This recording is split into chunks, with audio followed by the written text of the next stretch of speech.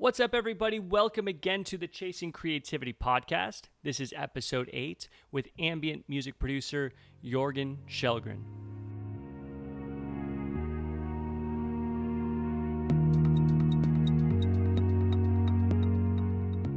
Hello, how is it going? Welcome, another episode, episode 8.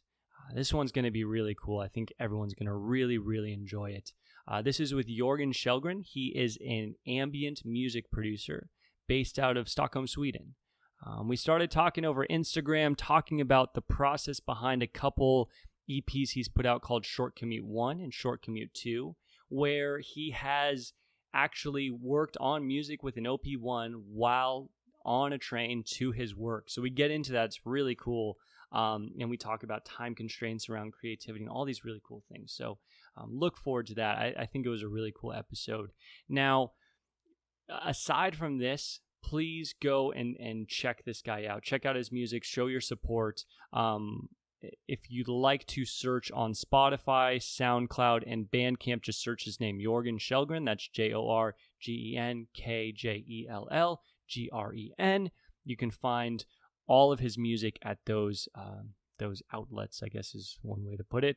But yeah, go show your support there. Now, as well as on Instagram, and you can find links to everything on my Instagram, chasing.creativity.podcast. If you just want to go there, I'll have everything there on pictures and such. So go check that out.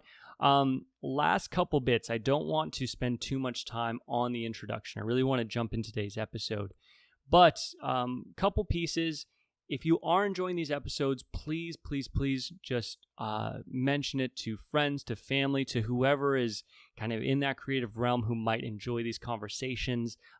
Seeing that it's growing a little bit and people are willing to come on as guests, I really want to foster that and continue that kind of growth, I guess, just because it's going to allow for more people to come on the podcast, more people to hear it, and I want to see that happen. I think that would just be really cool and kind of build this community around creativity and having these conversations. So again, thank you for doing so already, just listening, but share it with friends if you feel like doing so. Now, other than that, new episodes. So next week is going to be Julian Gray. Of course, he just had a release on Mousetrap, really awesome album. We're going to get into that. And he's been a big influence on my work in music because he's really helped. I've reached out to him a lot. He's actually kind of pieced apart some of my projects on a monthly stream he does on YouTube and helped with production tips. So he's been really influential in kind of starting out myself. And we're going to dig into all that in the next episode that we'll release. So really looking forward to that one. And also the following week, we are going to have on Roger Beatty. He is a professor from, let me just check just to make sure. Yeah, Penn State. And he looks at creativity through cognitive neuroscience. So he's looking at brain imaging scans of people in creative states. They're gaining an understanding of creativity at the neurological level. It's going to be really cool. He can speak more to that than I can right now, honestly. So it's going to be, I'm going to be well prepared with questions, but just kind of letting him go off in that area, I think is going to be so cool. So I'm really looking forward to that conversation. So that's going to be 2 weeks out. And that's it. So that's what's coming up. Again, I really hope you enjoy this episode. Go show your support to Jorgen. It's really cool for him jumping on. And until then, until that next episode, I will speak with all of you soon.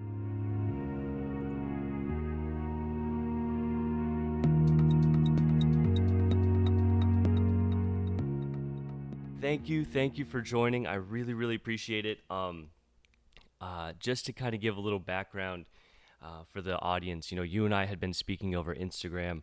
I think we first started speaking about the Cyrate episode, and we started going back and forth about your music, and you gave me such a cool introduction about how you've been working on a couple EPs where you've had a lot of time constraints. So I just want to say thank you for really reaching out about that. It was cool to go back and forth, and now we get the time to really dig into it on this episode. So, so kind of without further ado, just maybe introduce yourself for the audience and kind of speak about maybe how you started in music. Right. Okay.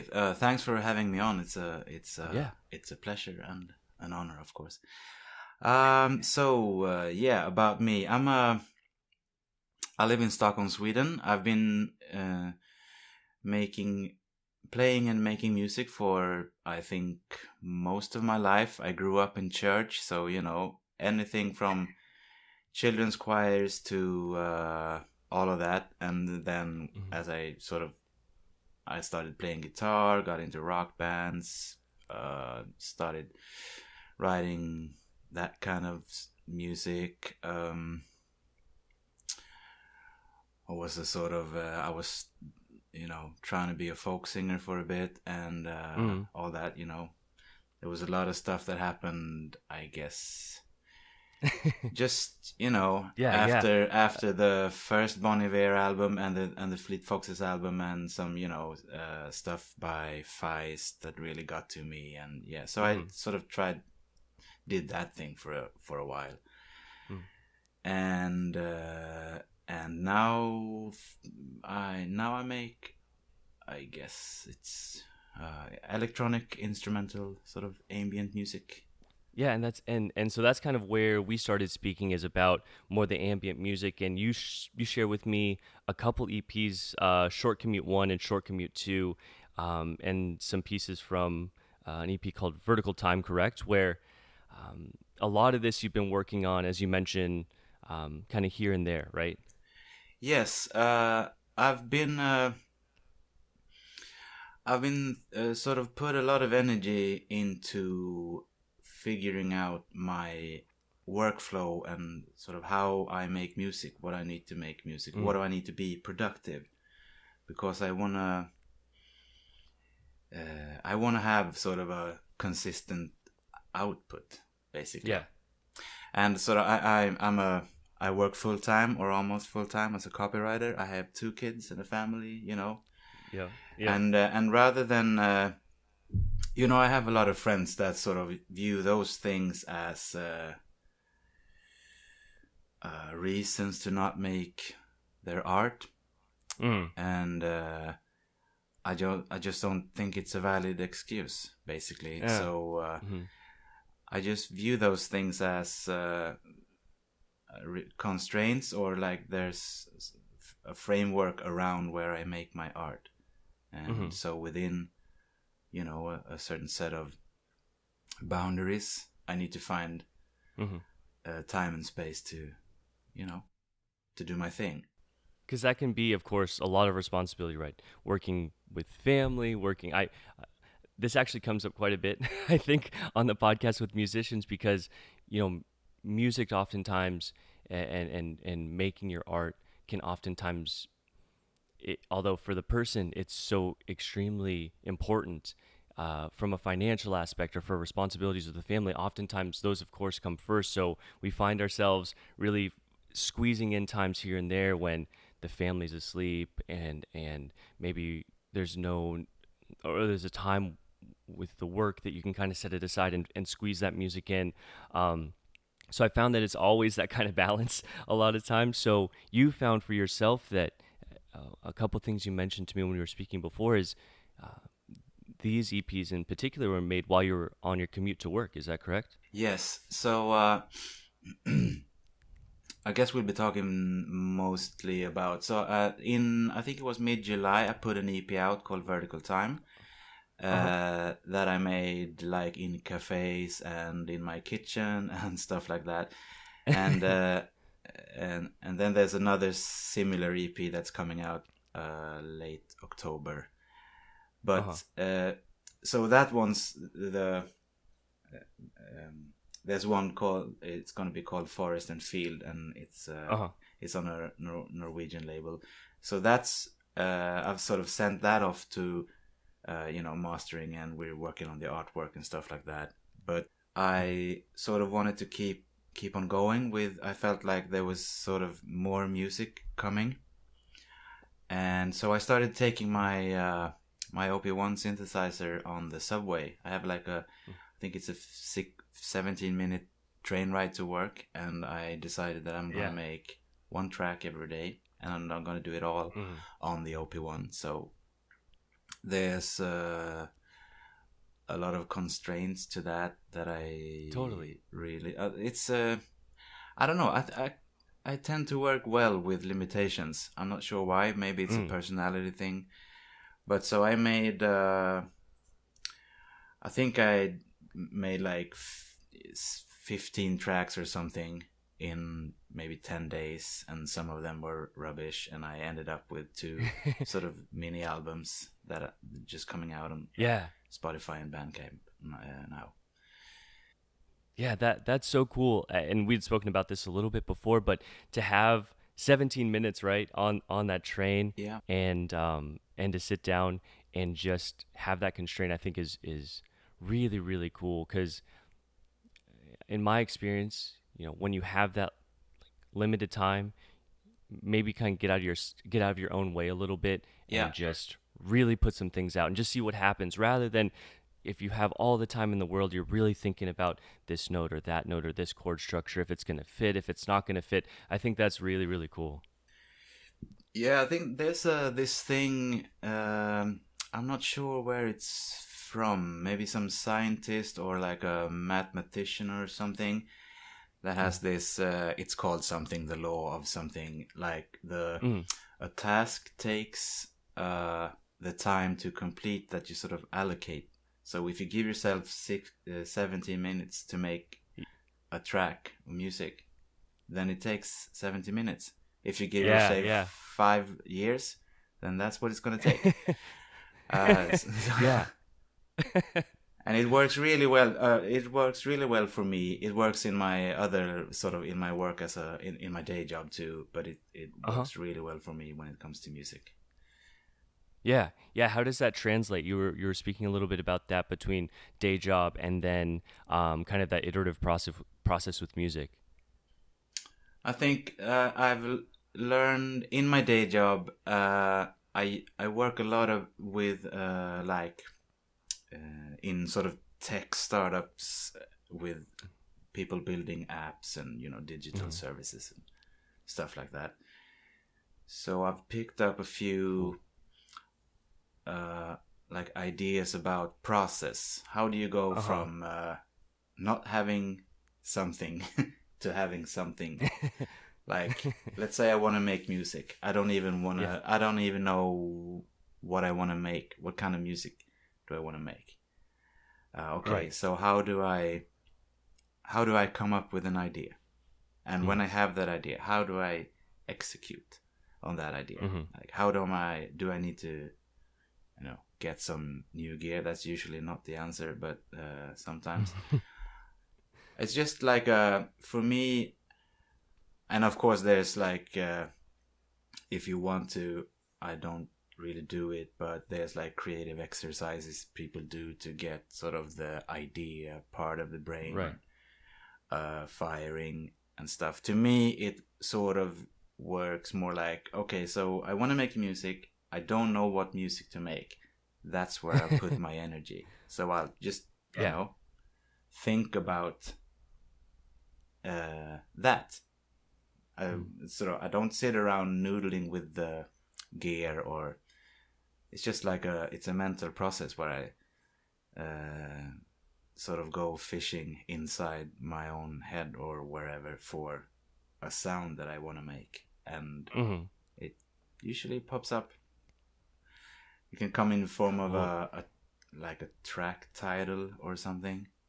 When I did the Vertical Time EP this summer, I had 3 titles, and then that I knew that I want to make music that sounds like these. So there's the Vertical Time title. There was another one called another track called Where Is My Home, and the third track is called Send a Message of Kindness Inward. So I wanted to find sort of music that sounded like what I think those titles sound like.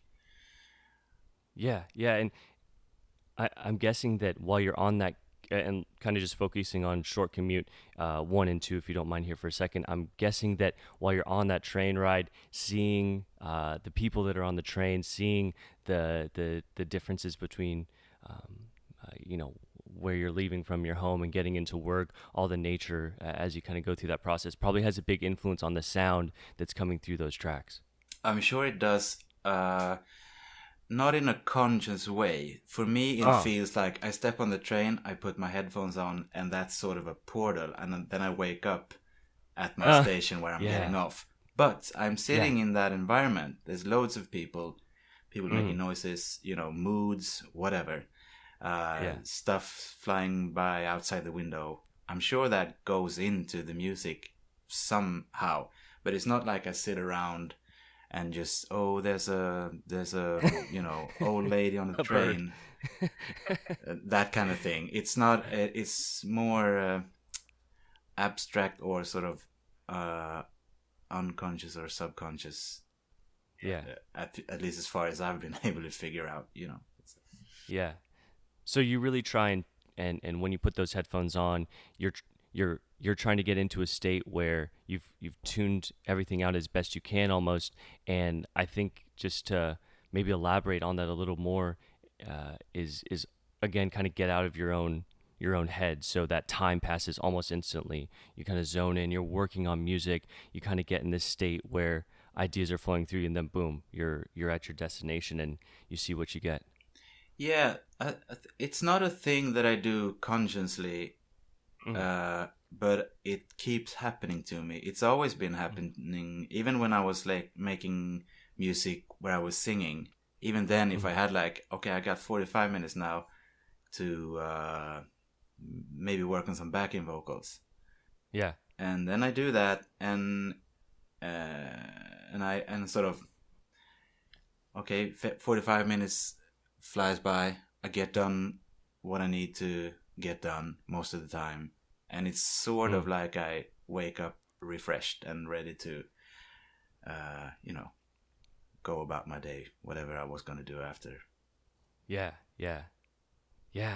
That's really cool because from conversations I've had so far, most of the people around music mention the same thing. They have those times where they feel as if time passes very quickly.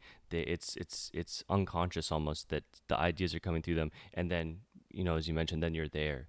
So that's really cool. I think that I found with myself when I'm working on music that again, to kind of continue on this idea, if I'm really just trying to force something in and all right, fix it, like for example, I've been recently working on a track that's taken way too long. I changed pieces of it and I've spent a ton of time on it. I don't really like it.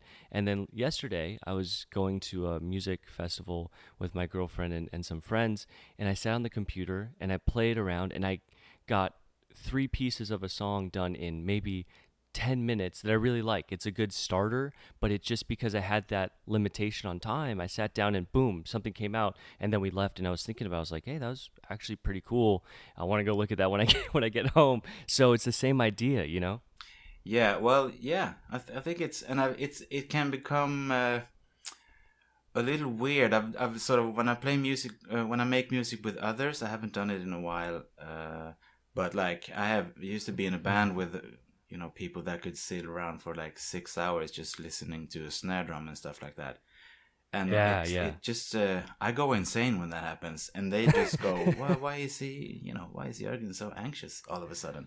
And I'm done after like 45 minutes to an hour. I don't have anything, you know, I need to take a walk or something to sort of to get refreshed. But, you know, I think you just need to learn what's the way that works best for you, basically. Yeah, absolutely. Have you found different times of the day are easier to kind of get in that state? That's one thing I like to ask because some people have mentioned, you know, late at night when everything is turned off, when everyone's asleep, that's when they can more easily get into that state. But it seems for you, it's morning on that commute to work, and you can hone right in and kind of dig into some of those those Yeah, mornings have been really good lately. Just I guess basically because that's when I go to work, so that's when I have time. But I think, I mean, I can do something in the morning, and then I can spend maybe 20 minutes over lunch to get it finished. But when I'm going back home, then it's sort of my head's full of other things. Oh yeah.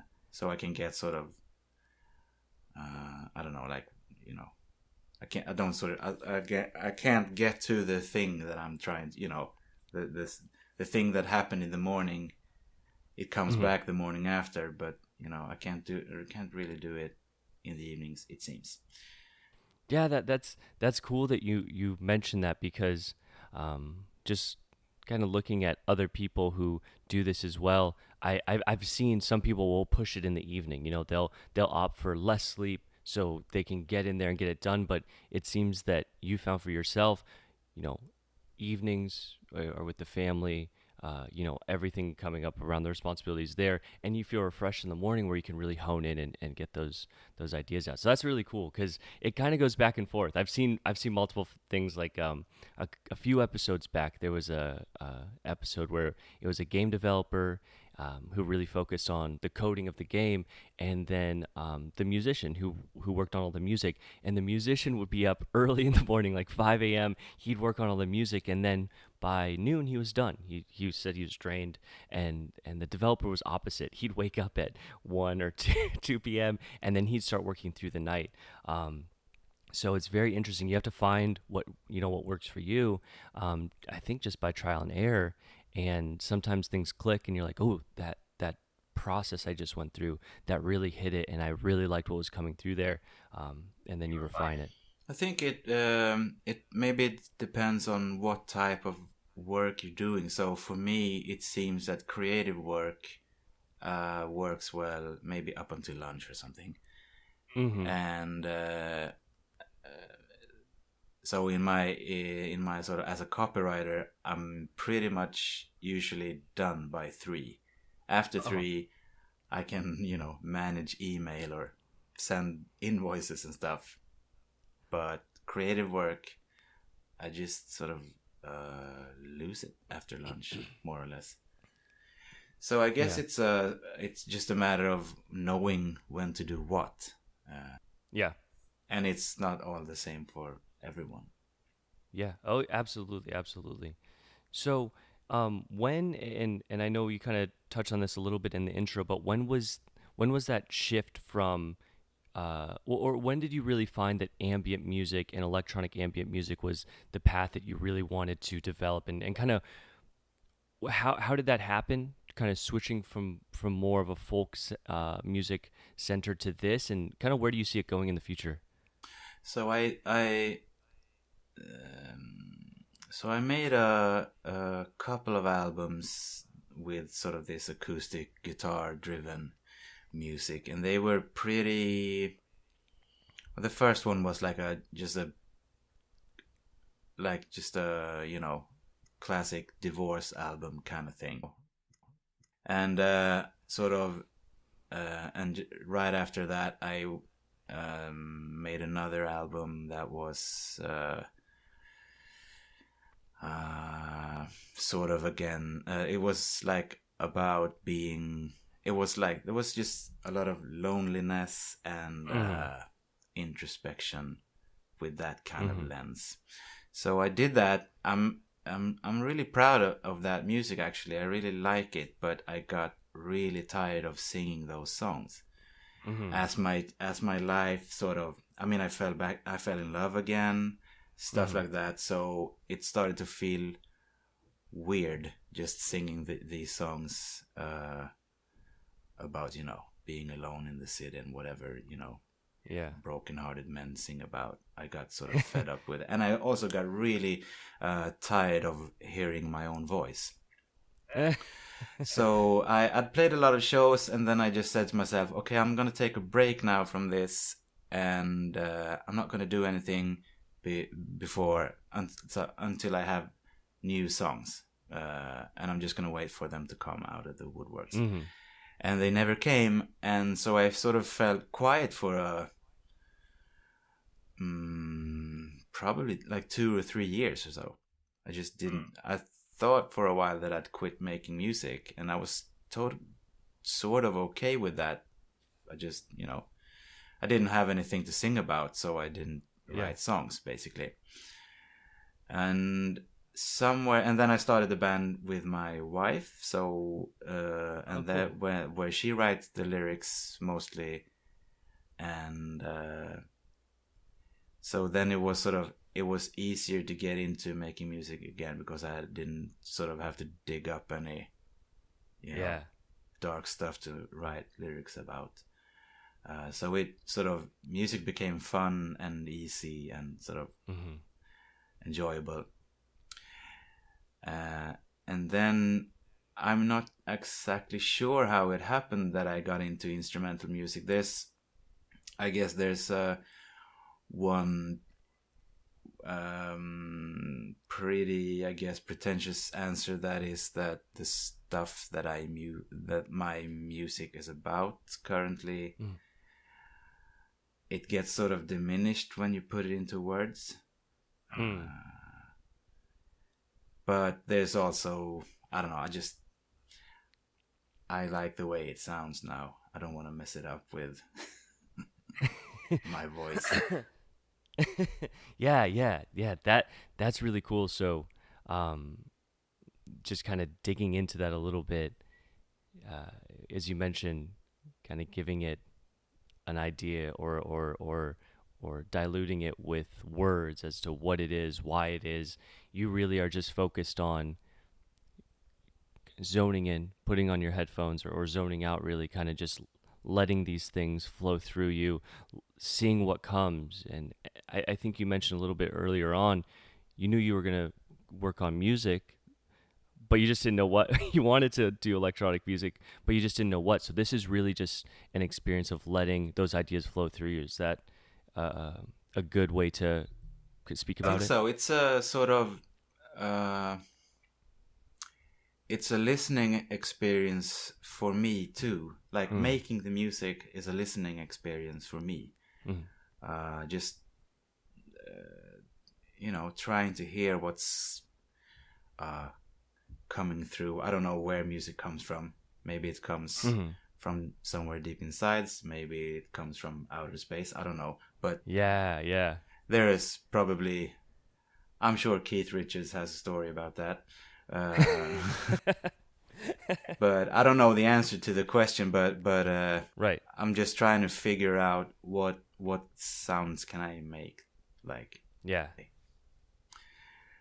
And I think also it's about, I don't want to sort of be, I don't know what the word is, melodramatic here, but there's like some topics, like someone asks me, what's it like being a parent?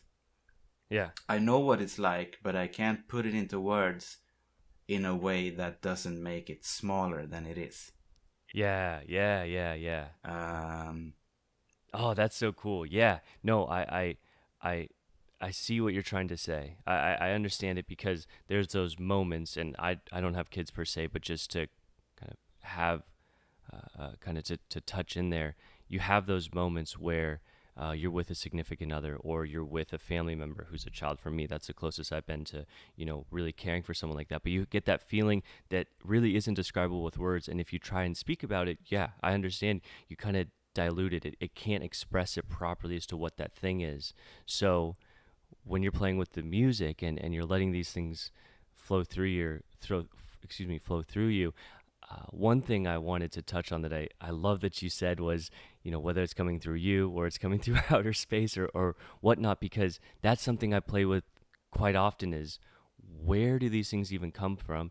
And why is it that certain things can induce an emotional feel? And is that something that's inherent, right? Because you play a couple major chords and you get a happy feeling, and you play some minor chords and it's sad, right? When I play with those things on my own and I think about it, it's such a fun idea to think about. I mean, is that just based on society that we've heard so many of those minor chords that, okay, we know we have to feel sad now and happy with major chords? Or is there something really there where, there's this inherent beauty and this inherent... There's layers to it also. I think it's, sorry for interrupting. I think it's... that's okay. There's sort of layers you can listen to. That's something that can be done really well with lyrics, I think. Like, you can make something that sounds really happy, but when you hear the words, you get sort of, it adds like tension between what it sounds like and what the words are. And I think that can add a lot of sort of depth to the music. I think a lot of the stuff that I've been making over the past month it's sort of in major keys, I think. Most of it. But to me it sounds, I wouldn't call it happy.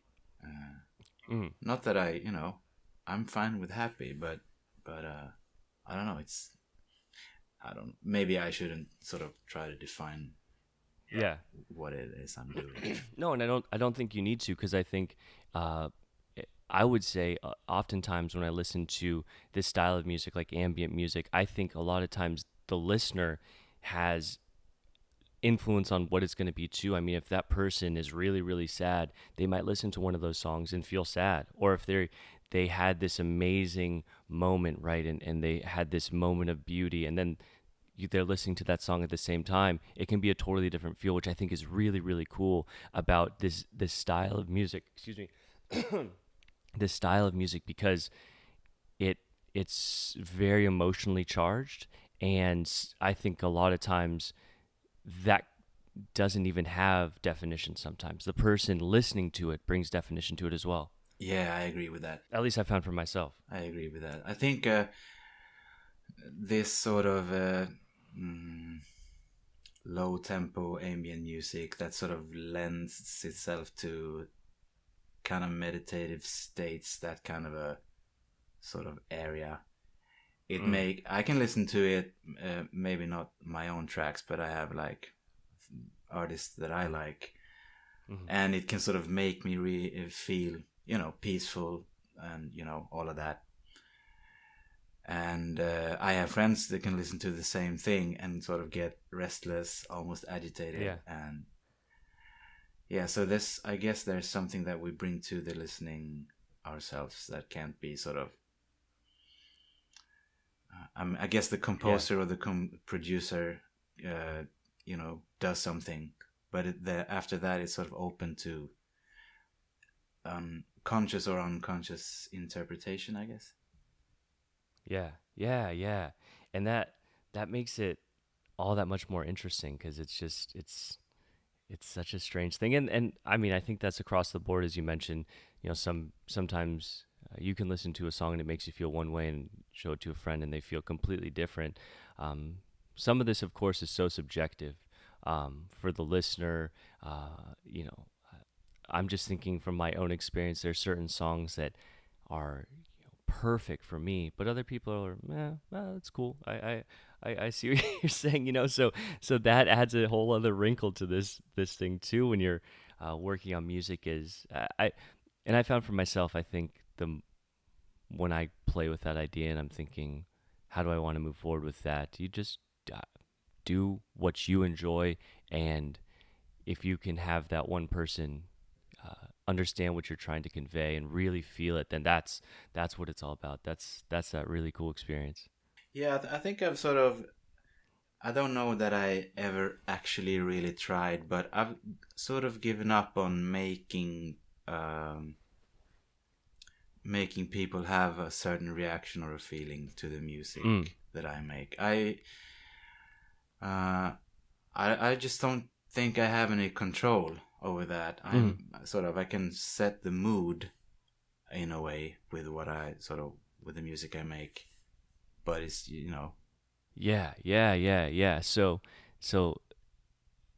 yeah, that's really cool. Just I'm thinking about that on my own too. I just kind of putting myself there too, and I mean, it's interesting because a lot of times when I've been working on music, just to kind of touch on that idea, is especially when I started, it was really trying to fit to a kind of certain mold and then hope that, it impressed people, right?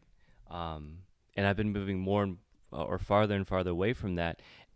For me, I think it's been nice because I really am treating music as just this, passion project. I work on it when I have time. So I think that removes a lot of the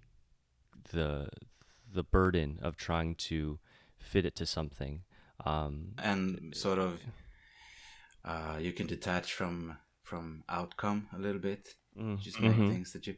I think I learned this from my mom and from her parents. Actually, I realized recently that that's where I might have gotten this idea from, that I just enjoy making things that I think are beautiful, and that's... Yeah. And I sort of it's like this kind of a childish feeling, when someone comes home from school and wants to show you a drawing or something. Like this childish pride and joy that, look what I made. Yeah. Isn't it cool? And I just sort of keep, in many ways, that's what I keep doing, I think. And it's sort of enough for me to just... I do things that I like doing. So that's a win for me. Yeah. My mom, she's like she's been doing stuff all her life, but recently she's getting into sort of watercolors and painting. She's like just really, really gifted, and she just keeps on trucking with new pieces every week. Doesn't really matter who's looking at it or success in all those measurable ways. It's just a sort of love for doing things that are beautiful. Her dad was a woodworker. He made like kitchen utensils, whatever, cupboards, just in his basement. He was really, really good, and almost in secret he made his craft. I kind of like that idea. That you build sort of a body of work without hardly no one really knows what you're doing. It's more like a sort of a practice. No, because I think that's really cool. Just speaking to a couple of those points, from what I've seen too, I think when the most beautiful things are created, it's those people that it's just them. It's that it's not molded to something else. It's not, okay, this song has come out on the radio, let's piece it apart and see if we can make something kind of like it, but it's a little bit different. I mean, that's just garbage at the end of the day. Those songs and the art and the music that stands out, they're themselves. They're letting that thing that's intrinsic to them come out in the art, and it's something usually from what I've found, it's that way. I'm just thinking about last night. I saw Deadmau5, which is my all-time favorite music producer, and it was so unique to the other artists that had been playing earlier that night. Not to throw stones, but some of the artists will play 30 seconds of a song and then switch to 30 seconds of a song, and most of which isn't even their music at these huge music festivals. And it's like, what is that? I mean, it kind of rubbed me the wrong way. And then Deadmau5 finishes and plays, and it's all of his music. He'll play full songs, and they're just epic, and it's him. It's this like super unique sound, and that only happens when someone's true to themselves. They're only allowing for something. I'm trying to find the words. I don't know exactly what I'm trying to say, but they're staying true to themselves. They're not looking at, oh, look at this music over here, I'm going to mold something kind of to that and be totally fake. It's apparent right away too. I think maybe that's it's a sort of mind trick we play on ourselves when it comes to electronic music. I mean, it's easy to see that if you give like a Fender Stratocaster and a Marshall stack to Jimi Hendrix, it sounds like Jimi Hendrix. If you give the exact same gear to Eric Clapton, it sounds nothing like Jimi Hendrix. Right. I think sometimes we think that making electronic music is just pushing buttons, but it's like Four on the Floor is gonna sound like Four on the Floor, whoever programs the sequencer. That's not true. I think it seems to me that any kind of music sort of comes loaded with whoever made it. And it's a sort of a comfortable, it's like this fantasy I think we tell ourselves sometimes that you watch someone like, Dead Mouse or whoever, like Britney Spears. Loads of people listen to Britney Spears songs and think, I can do that. That's stupid. It's simple. It is nothing, there's nothing simple about it. I mean, you can like it or not like it, but don't sort of fool yourself that you could do it, because if you could, you sort of. Oh yeah, absolutely. Yeah, I think about that a lot, and that's part of the beauty with music is oftentimes it can be very simple, a very simple melody in a song. Sometimes you don't need that complexity, and it can be extremely beautiful. And people say, "Oh, I could do that. I understand that melody," but it was that simplicity that made it so beautiful that is not easy to do in the slightest. When you sit down and start trying to do it, you realize how damn Imagine hard coming it up really with I totally agree. Free Falling, Tom Petty, and So not say this is silly. Talking this about these. Oh, go ahead. It's a I can hear you now. genius Sorry, song. I couldn't hear you there for a sec. And I'll there go ahead. are one of my Chop that up favorite a bit. artists, Go ahead. Lykke Li, Swedish artist. She has the same kind of sort of simplicity in her melodies, and is sort of very sort of economic with lyrics and her singing and stuff. And it sounds on one level almost like children's music, and on some level, the level that counts, I think it's just it just goes deep. And that is sort of, you can imitate that, even if you sort of know how to go through the same motions that someone like that does. It doesn't, the outcome would be completely different, and that's I think that's just that. Yeah, no, I agree. And a lot of times when that outcome is different, then you can kind of look at it both ways. It's different because at the end of the day, that person making it is going to have their own influence. So that actually ends up being their kind of creative, unique spin on that thing. But it's really how much is someone putting into it. If someone's really looking at someone trying to mimic it, and then it sounds a bit like that, but it's a little bit different, awesome. It has some unique qualities there. But again, I think just looking at the powerhouses of like really beautiful, unique music, it's usually mostly them pulling on different things that they found inspirational in their past, but it's like 90% that person, something like that. Yeah, I agree. Maybe there's I don't know, I think this is one of those things that we sort of, there's no answer to any of this. We can just realize that it sounds. I agree. And sorry to jump in here.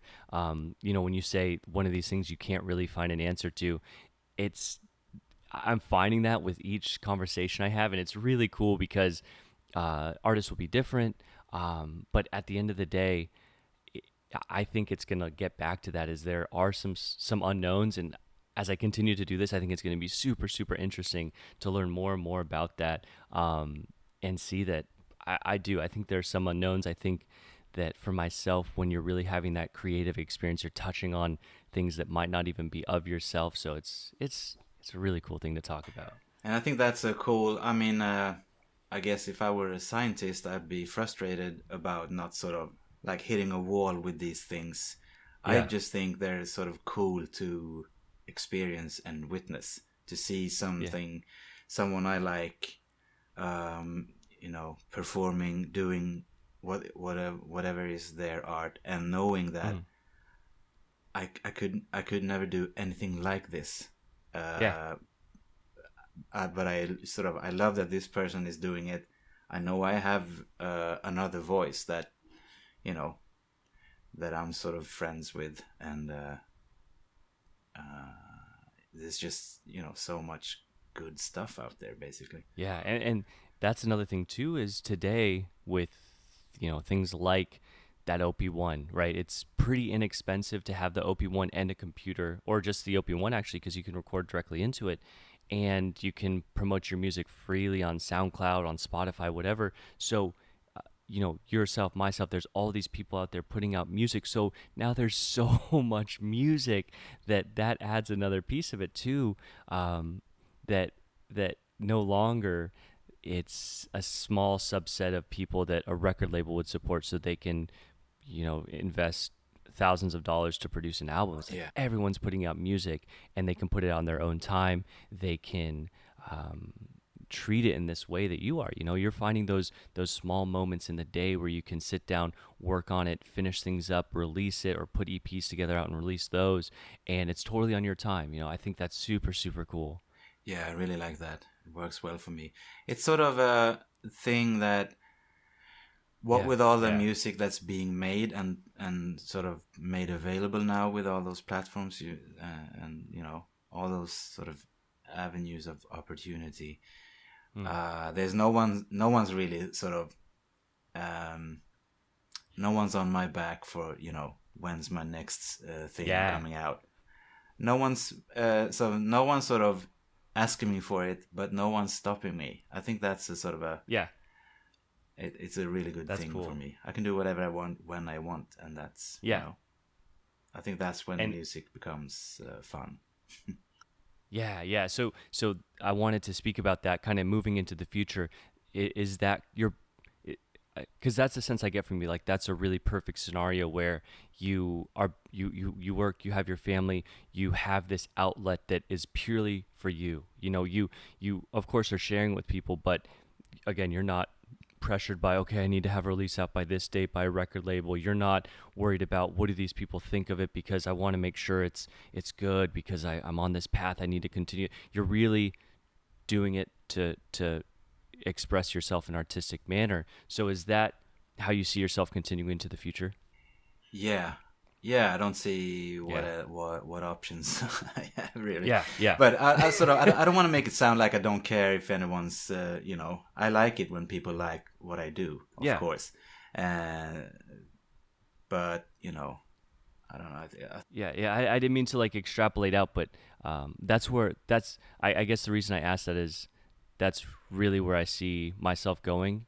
Is I want that great balance of work and family and friends and all these things, and just on the side, music's right there, and it's fulfilling kind of that artistic expression. But to me, that gives it so much more power, because it's just for me, Yeah, and I think it sort of ties back to what I said in the beginning about life giving you sort of constraints to work within. Yeah. And I guess, I've heard it said a few times that like, if I had unlimited amounts of free time and money, and no one sort of asking me to make dinner or whatever, then I would make great art. And I just think, well, as I said, I don't agree with that idea. I want to make sort of the way the sort of small chunks of time that I can carve out of a day to make my art, my music. They're sort of if they make the rest of the day awesome. And they make all the sort of, they feed into all the other parts of life. And it's just, I guess some people would say it's a sacred practice, I guess. Yeah. guess, Yes. choose what words you want, but it's just really, really important to me. Yeah, yeah, it's fun to speak with other music producers because I feel the exact same way. Before I was doing this, I was very happy with my life, with my girlfriend and work and things. Things were very good. But having this now, I played music my whole life, but I've really focused back in on electronic music more recently, and having that, it changes everything. I mean, now it's almost like a foundation. It's like everything is kind of set now. Like I feel that if I have these things moving in parallel, I'm in a very good place. So it's cool to see you mention the same thing, because it's that time in the day that you get to work on that craft, and it brings everything else together. You have a good day then because you got to let that out and capture it with the music. It's cool. Another question I would have is do you foresee you'll continue kind of with this? I mean, I don't mean to kind of harp on it, but I like getting a sense of kind of where you're going. Or are you not really focused on that? Is it more just in the moment right now? Things are very good, and it's continue this, find those times on the train, work on these small or not small, but the small constraints with the time, building these EPs out and kind of continuing there. I'm sure I'm gonna keep doing that. Maybe not at the sort of rate I've been going now, but so that the short commute, uh, it's I want to make it a series. So Yeah. there's gonna be a few more for sure, but I'm also working on sort of like what's my next idea for a more ambitious project, kind of a thing. Cool. Can you and don't feel pressure to speak about it now. Is it something you're kind of keeping to yourself before it's really kind of actualized, or? Uh, I'm I'm. It's not like it's a big secret. I wanna do some long form stuff. Uh-huh. I'm not sure. I usually before I get going with the project, I like make notes Uh-huh. on what gear I want to use, uh, stuff like that. Yeah. And I'm sort of Yeah. in that phase now, and usually most of the things I sort of have as ideas jotted down early on, they get thrown out once I get going. Mm. But so it's like I could probably say something now, but it's not gonna be Yeah. what it ends up as. Right. Yeah, cool. No, that's awesome, because that's that creative artistic path. You start with a couple things, you have some ideas jotted down maybe, and then at the end it's totally different. And for that reason, that's what gets me so excited about making music, because then you ask yourself this question is, how much of it was me? How much of it was me? How much of it was me getting out of myself and something kind of coming together with the music? Yeah, I guess sort of. So for the EP Forest and Field that's about to come out, I had pretty specific notes early on, maybe in April or something. I had it sort of written Mm. down what was supposed to be like, and it's nothing like that now when it's Yeah. finished. So it's a sort of I think that's what I mean with that it's a listening experience for Mm. me making the music. I guess I could have done what I wrote down that I would do, just like going through those steps. I don't know Yeah. what. I don't think I would have been happy with that, and it for sure would have been nothing like what it turned out to be now. Yeah. Yeah, I would imagine it wouldn't be as exciting too if you, I'm just kind of putting myself in the same position, but write out exactly what you want kind of this EP to sound like and all these things. Then it's mechanical. It's not creative at that sense, unless you're being very creative on that front end with writing it out and then executing more mechanically, if you will. You would lose that creative process. I like the idea of having some ideas, some parameters going into it, and then once it's done, it's totally totally different than you thought it was going to be. Yeah, I've started several projects actually that I wanted to do. I think Forest and Field was supposed to be first. Like I wanted to do all of it on the Moog Mother 31 Uh-huh. synthesizer. It's like this semi-modular synth that sounds Yeah. awesome, but Oh yeah. well, it sounds awesome when other people make music on it. But I've sort of tried and tried and tried, and it's not my sound. I love Mm-hmm. the sound, but it's not my sound.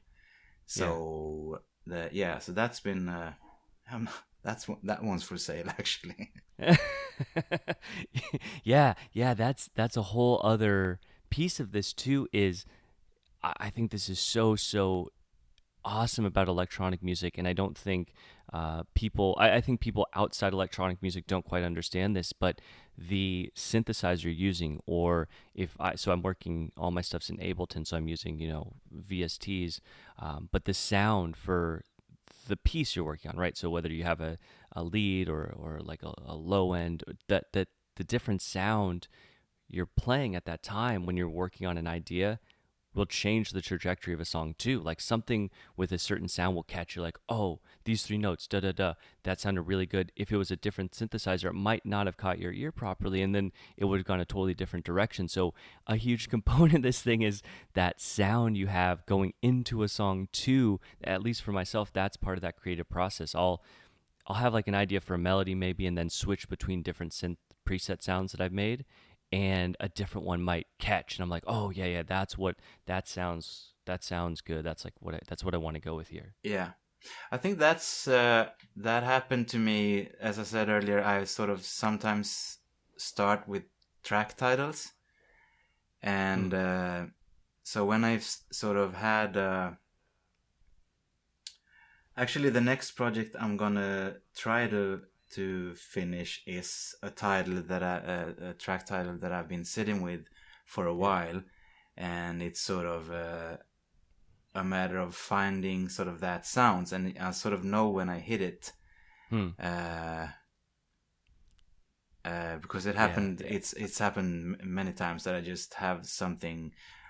Okay, so this vertical time, what's it sound like? And all of a sudden, I Yeah. just sort of hit.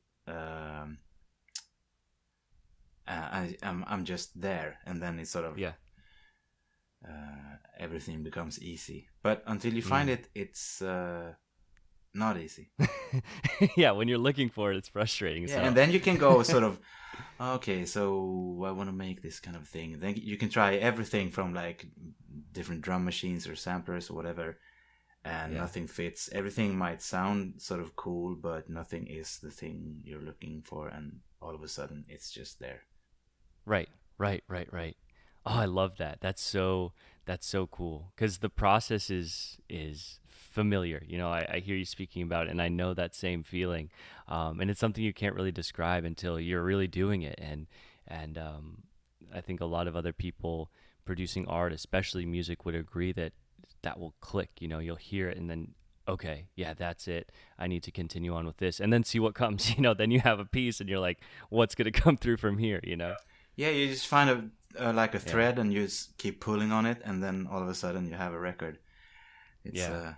but I think it's Yeah. one. I think maybe like one of very few tricks I've learned is that when you're in that process, uh, I find it works for me to sort of uh, try to hold off making sound. So just Mm. like sit with the idea that you don't know what to do yet. Try to stay Yep. with that for a little bit. And then suddenly you'll know, and then you're done. But Mm. it doesn't. It makes me sort of I don't know. It confuses me to start sort of loading up samplers or stuff in Ableton or whatever you're working with, or maybe you're reaching for your guitar or something. Yeah. It just makes me sort of scattered. Mm. But I'm sure it works for Yeah. other Yeah. people. Yeah. It's cool to learn about the process. How different people approach it because I've seen when other people are working in Ableton. It's very clean, right? It's all the tracks are labeled properly, and this is kind of different here, but it ties in. The tracks are colored properly. They're and it's a very meticulous process in pulling out, the correct. And for myself, there's junk everywhere. It's mismatched stuff, and then something I might be a minute into a track, and then like one song that I'm very happy with, the lead kind of intro to it didn't come until halfway through a different track, and then I was like, oh, that's it, and then I junked the rest and restarted with this. Yeah, that's a cool thing when it happens. Yeah, it's fun to it's just fun to play with these ideas, and I love these conversations because I feel I'm always fortunate because I take things away from these conversations and think about how you or other people approach this process, and I try and kind of utilize them for myself and think about how can I apply that to what I'm doing. And it's just a weird coincidence that this conversation, we speak about a lot of the recent music has been on these short commutes, and last night I had that.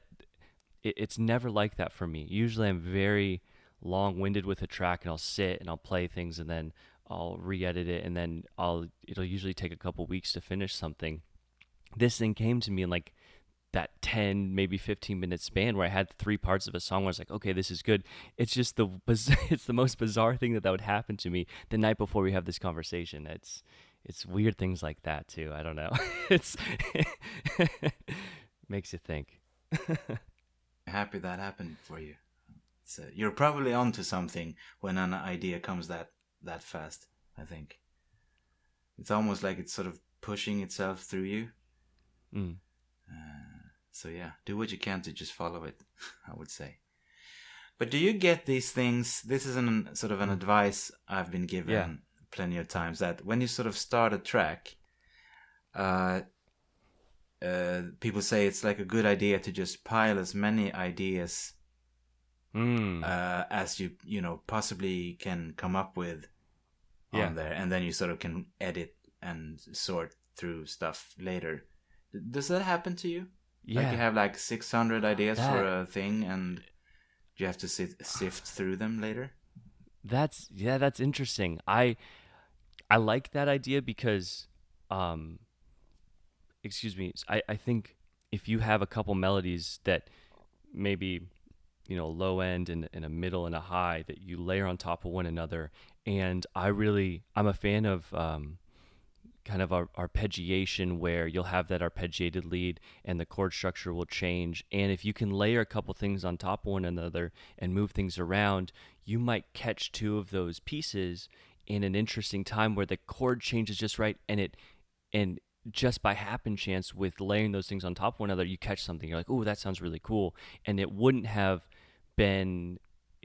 done it without that process. So I try and do that. I try and just throw a bunch of things into Ableton, play with different melodies. I'll play a track and then I'll have a lead and I'll play on top of it and see if something kind of catches my ear. And a lot of times when I'm working on songs, I'll have 5 or 6 or 7 different pieces that at one time I was like, oh, this is it, I love this, and then I'll pull it out of a track, and then a week later I'm like, I'll open it back up and I'm like, oh, this is garbage, and I'll delete it. So yeah, totally. But I think it's interesting. I realize now that when I hear you talk about it, that it's happened, but on a much sort of smaller scale. I tend to. I don't have a lot of ideas. I have generally. I mean, I have. So for the short commute music that I've been making, that's I think it's like 3 channels per track tops. Yeah. And that's about all I could come up with for each track. So I never have this thing that I like, I wish I didn't have so many ideas, because it's just such a hassle to get, sorted out. Yeah. I think it's interesting, but I do try to create sort of happy accidents, that the way you describe with arpeggios moving over different chords and stuff. That can really sort of open up a track for you, I think. Yeah. And just kind of thinking about your process, I like that because you've limited yourself to a certain time parameter, and then you fix things, and then I guess what I'm trying to say is I allow myself to work on a piece like with a lead, let's say, and then come back to it and think, oh, this is garbage, and then restart, and then I'm never, at least the track I've been working on recently, it's taken a long time because I've never gotten really happy with it. And I think part of it is, I don't know,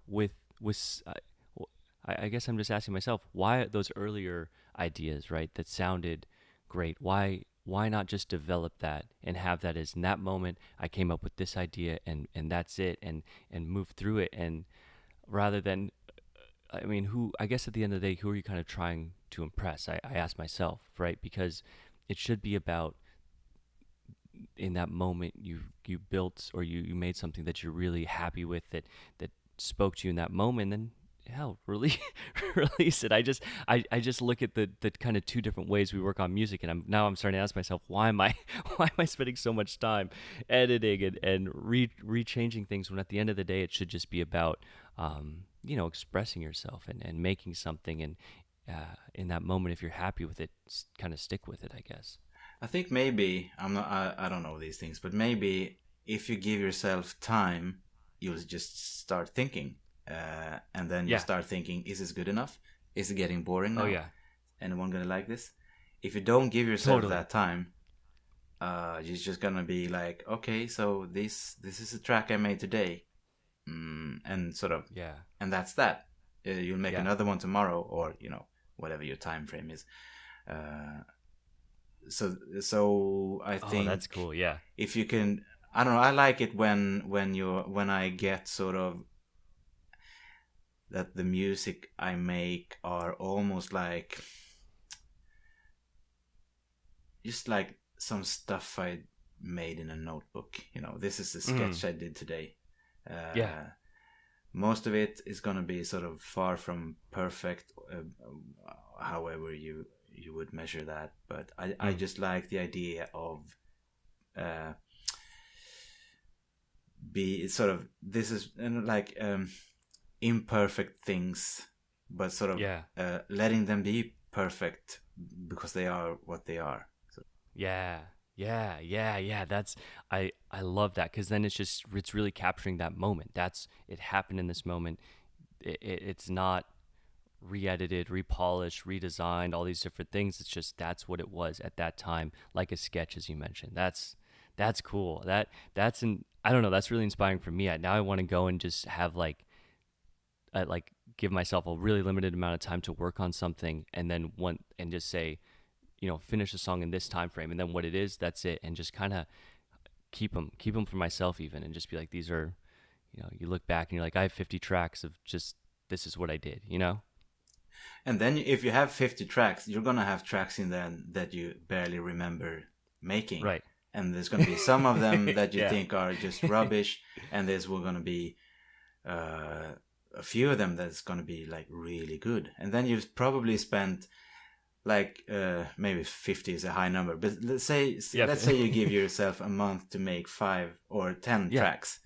Yeah. And you're going to have 3 of those tracks that just go straight into the garbage, and then you're going to have a few of them that you're not quite sure what you're doing, but there's something there, and then you're going to have 2 or 3 tracks that you think are really good. And then you've made 3 really good tracks in a month. That's quite a good turnout. Totally. Yeah. Oh, absolutely. Yeah. I tend to be pretty slow with these things. Like I've spoken with people who, they've been doing it a lot longer than me, and they can put out a track in like a day, and I'll give myself like a month. If I get one done in a month, I'm happy. And it's something I want to work on, because I don't want to just go back and reiterate and all these things. Like I want to work on and finish them. And it's cool. I like that process that you mentioned. It's cool. Yeah, I think and it's could also be like a personality thing. I like it when it's fast. My music is pretty slow, but it's you know, it's pretty fast when I make it. That's so cool because it you know, and man, I just love having these conversations around it too, because and I hope that people that listen to your music listen to this too, because when you learn about who you are, it brings a totally different element to the music too. When you learn about the time constraints and how you like to approach music, and you know, as you mentioned, just like get it out fast, and you kind of treat it as like a sketch almost. Like, I think all those things are so cool, and it makes you listen to the music differently. I think with the music I'm making, that is kind of sort of meditative and slow, and I guess halfway spiritual. It would be sort of easy to picture me as some you know, like like a yogi. Yeah, that kind of a thing, or like a wannabe yogi at least. But I just, you know, I just really enjoy making this kind of music. It's and it's that's maybe as deep as it needs to go for me. I just really like it. I love that, and I think I've been trying to kind of express this throughout the conversation. Now it makes more sense to me. But when you keep it as simple as that, like, this is just the music I like to make, this is what happens, it brings this different kind of beauty to it. I don't know, it's different. It's just that moment. And it's been really, really cool to speak about that, because I think from this conversation, I think I appreciate ambient music more, and especially just hearing your process. It like, I know when I listen to your music, I'm going to listen to it in a different way. I think it's so cool. Man, I really appreciate that. Yeah, of course, absolutely. Man, I really appreciate you doing this. This is so cool, because you know, we got to talking again, you know, over Instagram about the episode with Cyrate, or previously Sia, and you know, just reaching out and wanting to have these conversations. It's been super cool, man. I can't express how appreciative I am that you are willing to do this, and other people in the same boat are willing to have these conversations with me, because you know, I just feel really lucky, because it's, you know, fairly new still, and just to have the opportunity. I mean, you're in Sweden, I'm in America, and we're having this conversation, recording it, and talking about these cool things. It's really, really cool. Well, thank you so much for having me on. I was super thrilled to do this. I really, really enjoyed it. So thanks a lot, man. Yeah, absolutely. And you know what I always say here is, if down the road, you know, 6 months, 12 months, whatever, as you know, you've continued to put out music, and things of course always change, right, with putting out music, and I'm sure there'll be good changes. But if you want to do this again and talk more about it, I'm always happy to do so, man. I'd love that. Absolutely. I'd love that.